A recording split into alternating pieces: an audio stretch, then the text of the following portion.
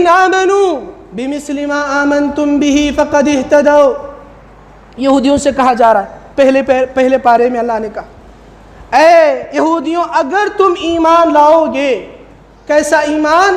بِمِثْلِ مَا آمَنْتُمْ بِهِ، جیسا صحابہ اکرام نے ایمان لایا، ایسے ویسے ایمان نہیں، جیسا صحابہ نے ایمان لایا ہے اگر تم لوگ ایسا ایمان لاؤ گے فَقَدْ اهْتَدَوْا، تو تم ہدایت یافتہ کہلاؤ گے، تم ہدایت یافتہ ہو جاؤ گے اگر تمہارا ایمان صحابہ جیسا ہو گیا.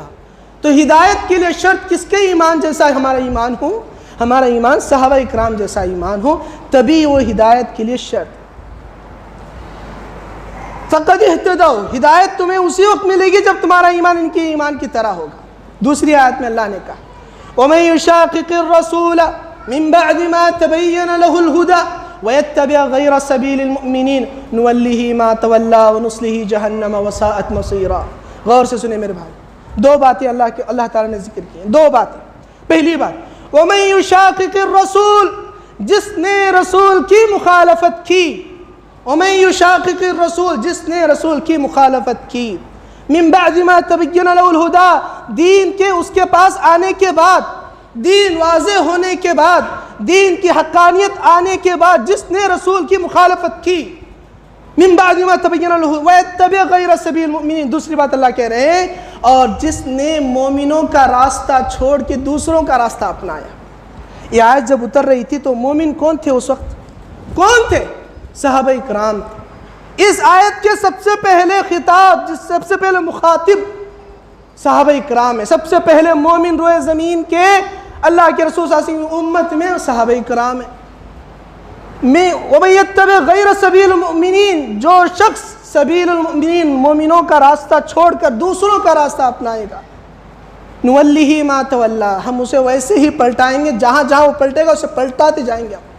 وَنُصْلِهِ جَهَنَّمَ، اس کے لیے جنت جہنم کا راستہ اس کے لیے آسان کر دیں گے. وَسَاءَتْ مَصِيرًا، اور جہنم بڑا ہی برا ٹھکانہ ہے. معلوم کیا ہوا؟ سلف کا راستہ چھوڑنا گمراہی کا واضح علامت ہے. سلفی نہ بننا جہنم کو لے جانے کی بڑی علامت ہے. سلفیت کے راستے سے ہٹ جانا یہ شیطان کے راستوں پر جانے کی ایک علامت ہے. وساءت مصیر، اور وہ بڑا ہی برا ٹھکانہ ہے. اللہ تعالیٰ نے ایک اور آیت میں کہا، منہج سلف کو اپنانے کی دلیل میں دے رہا ہوں. یاد رکھیں میرے بھائی، یہ آپ کے لیے ایک تحفہ ہے، یہاں سے یہ لے کر جانا ہے آپ، اور اپنے خاندان کو، اپنے آپ کو جہنم کی آگ سے بچانا ہے.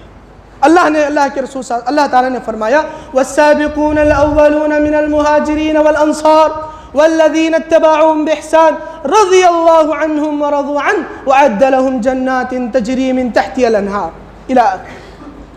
اللہ تعالیٰ نے کہا والسابقون الاولون، وہ لوگ جنہوں نے اسلام میں سب سے پہلے سبقت کی، اسلام میں سب سے پہلے اسلام قبول کیا. من الاول سابقون اول من المہاجرین والانصار، مہاجروں میں سے اور انصار میں سے. کون ہے مہاجر، کون ہے انصار؟ بچہ بچہ جانتا ہے صحابہ ہے.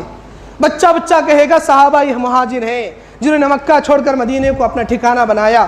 بچہ بچہ جانتا ہے انصار صحابہ، مدینے کے صحابہ جنہوں نے مہاجرین کی مدد کی، ان کی دست و بازو بنے، وہ صحابہ انصار ہیں، صحابہ ہیں. بچہ بچہ جانتا ہے. من المہاجرین والانصار والذین اتبعوہم، آج کے جمعے کا اصل مقصد، اصل دلیل، والذین اتبعوہم، اور وہ لوگ جنہوں نے ان کی اتباع کی، اور وہ لوگ جنہوں نے ان کی پیروی کی، ان کو فالو کیا، ان کے نقش قدم پر چلتے رہے. رضی اللہ عنہم ورضوا عنہ، ایسے لوگوں کے لیے اللہ بھی راضی ہے اور یہ اللہ سے راضی ہے. وَأَعَدَّ لَهُمْ جَنَّاتٍ تَجْرِي مِن تَحْتِهَا الْأَنْهَارُ، اور ایسے لوگوں کے لیے اللہ نے جنت بنائی ہے، اور ایسی جنتیں، ایسے باغات جن کے نیچے نہریں بہ رہی ہوں گی. اللہ نے کن کے لیے بشارت دی ہے؟ ان لوگوں کے لیے جو صحابہ اکرام کے نقش قدم پر چلے، جو سلفیت کا راستہ اپنائیں گے. بالمختصر میرے بھائیوں، منہج سلف کو سمجھنے کے لیے قرآن کی آیتیں میں نے آپ کو سمجھائی، قرآن کی آیتیں آپ کے سامنے رکھی. چلیے حدیث سے بھی دلیل لیتے ہیں کہ حدیث ہمیں کیا کہتی ہے. کچھ لوگ ہو سکتے ہیں جو کہیں گے حدیث میں کہاں ہے بتاؤ، کہ اللہ کے رسول نے کہا ہے کہ منہج سلف کو اپناؤ. حدیث بھی آپ کو میں بتاتا ہوں. اللہ کے رسول صلی اللہ علیہ وسلم ایک مرتبہ بیٹھے ہوئے تھے. عبداللہ بن مسعود رضی اللہ عنہ راوی، ایک یہودی عالم اللہ کے رسول صلی اللہ علیہ وسلم کے پاس آتا ہے، صحابہ اکرام کی جماعت کے سامنے آتا ہے اور آ کر کہتا ہے اِنَّا لَنَجِدُ فِي كِتَابِ التَّوْرَاةِ أَنَّ اللَّهَ تَبَارَكَ وَتَعَالَى يُمْسِكُ السَّمَاوَاتِ السَّبْعِ عَلَى إِصْبَعٍ وَالْأَرْضِينَ عَلَى إِصْبَعٍ وَالْأَشْجَارَ وَالْجِبَالَ عَلَى إِصْبَعٍ وَيَقُولُ أَنَا الْمَلِكُ أَنَا الْمَلِكُ أَنَا الْمَلِكُ۔ یہودی عالم آ کر کہتا ہے اے محمد بتاؤ، میں اپنی کتاب تورات میں دیکھتا ہوں کہ اللہ تبارک و تعالیٰ کل قیامت کے دن اللہ تبارک و تعالیٰ ساتوں آسمانوں کو اپنے ایک انگلی میں اٹھائیں گے، ساتوں زمینوں کو اللہ ایک انگلی میں اٹھائیں گے، ساتوں پورے دنیا کے درختوں اور پہاڑوں کو ایک انگلی میں اٹھائیں گے اور کہیں گے انا الملک، حقیقی مالک میں ہوں، میں تمہارا مالک ہوں، اللہ کہیں گے۔ جیسی یہودی نے یہ بات کہی فضحک النبی صلی اللہ علیہ وسلم، نبی مسکرائے، نبی ہنسے۔ اب ہم آپ اتنے لوگ بیٹھے ہوئے ہیں مسجد میں، کیا کوئی اپنے عقل سے بتا سکتا ہے کہ اللہ کے رسول کیوں ہنسے؟ بتا سکتے؟ نہیں بتا سکتے۔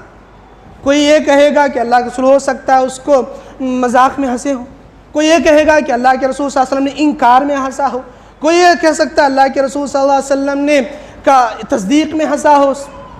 الگ الگ لوگ الگ الگ باتیں کہہ سکتے ہیں، لیکن سب سے آتھنٹک بات، سب سے سچی بات یا سب سے پختی بات کون کہیں گے؟ وہ لوگ کہیں گے جو اس مجلس میں تھے، جو اس مجلس میں وہاں اللہ کے رسول کے ساتھ تھے، وہ لوگ صحیح بات کہہ سکتے ہیں۔ عبداللہ بن مسعود نے باقی کی بات حدیث کے آگے کے ٹکڑے میں کہا فضحک النبی صلی اللہ علیہ وسلم تصدیقا وتعجبا لقول الحبیب، اللہ کے رسول تعجب کرتے ہوئے ہنسے، اس کے اوپر تصدیق کرتے ہوئے اور تعجب کرتے ہوئے ہنسے کہ کیسے نادان لوگ ہیں، اللہ تعالیٰ کی نشانیاں ان لوگوں کو معلوم ہے، اللہ تعالیٰ کی حقانیت، اللہ کی قدرت سب کچھ معلوم ہے، اس کے باوجود اللہ پر ایمان نہیں لا رہے۔ اس بات پر اللہ کے رسول صلی اللہ علیہ وسلم ہنسے۔ تو ہمیں یہ بات کیسے معلوم ہوئی؟ یہ بات ہمیں معلوم ہوئی عبداللہ بن مسعود کے قول سے، اور عبداللہ بن مسعود صحابی ہیں، صحابی نے ہی ہمیں دین کو صحیح سمجھ دی ہے۔ اگر وہ نہیں بتاتے تو ہر ایک بندہ ایک ایک تعویل کرنا شروع کرتا، ہر بندہ اپنی انداز سے تفسیر کرنا شروع کرتا، کوئی ایک معنی بتاتا، کوئی ایک اور معنی بتاتا، لیکن عبداللہ بن مسعود نے کہا نہیں، اللہ کے رسول نے اس وجہ سے ہنسا، اور ہنسنے کی وجہ بھی اللہ کے رسول صلی اللہ علیہ وسلم کی عبداللہ بن مسعود نے بتا دی۔ ایک اور مثال دیتا ہوں، عقلی مثال، میرے اور آپ کے عقل میں آنے کی مثال۔ یہ مسجد ہے اور مسجد میں ہم لوگ سب بیٹھے ہوئے ہیں، آج کی تاریخ ہے 15 سپٹمبر۔ آج کے دن زید نے بکر ہم میں سے کسی ایک نے دوسرے کو کہا چلو باہر آؤ میں تمہیں دکھاتا ہوں، باہر چلو میں تمہیں دکھاتا ہوں۔ ایک سال بعد دوسرے لوگ آئے اور انہوں نے اس پر ڈسکس کرنا شروع کیا کہ زید نے بکر کو ایسا کیوں کہا تھا کہ باہر چلو میں دکھاؤں۔ تو کیا وہ لوگ صحیح نتیجے پر پہنچ سکتے؟ نہیں پہنچ سکتے، ہرگز نہیں پہنچ سکتے۔ کیا انہوں نے مذاق میں کہا تھا، کیا غصے میں کہا تھا، کیا بات چل رہی تھی، کس وجہ سے زید نے بکر کو کہا، آپسی کیا رنجش ہے، کوئی نہیں جانتا۔ وہ لوگ جانتے ہیں جو اس مجلس میں ان لوگوں کے ساتھ ہوں گے، جو لوگ ان کے ساتھ ہیں وہ لوگ صحیح بتا سکتے ہیں۔ نہیں، دونوں بات کر رہے تھے مذاق میں، ایک نے دوسرے سے کہا، یا وہ کہہ سکتے ہیں کہ نہیں ایک کے پاس کچھ سامان تھا دوسرے کو بیچنا چاہ رہا تھا، اس نے کہا چلو باہر آؤ میں تمہیں دکھاتا ہوں سامان۔ تو جو حقیقت ہے وہ لوگ بتا سکتے ہیں جو اس مجلس میں موجود ہیں۔ تو میرے بھائیوں، ہماری عقل بھی یہ بتاتی ہے کہ دین کو سب سے پہلے کس نے سمجھا؟ صحابہ اکرام نے سمجھا۔ کس نے دیکھا وحی کو اترتے ہوئے؟ صحابہ اکرام نے دیکھا۔ کون سب سے بہترین زبان عرب کو سمجھنے والے؟ صحابہ اکرام کی جماعت۔ عربی زبان کی فصاحت و بلاغت کون سب سے زیادہ سمجھنے والے ہیں؟ صحابہ اکرام۔ صحابہ اکرام کو کس نے پڑھایا؟ اللہ کے رسول صلی اللہ علیہ وسلم۔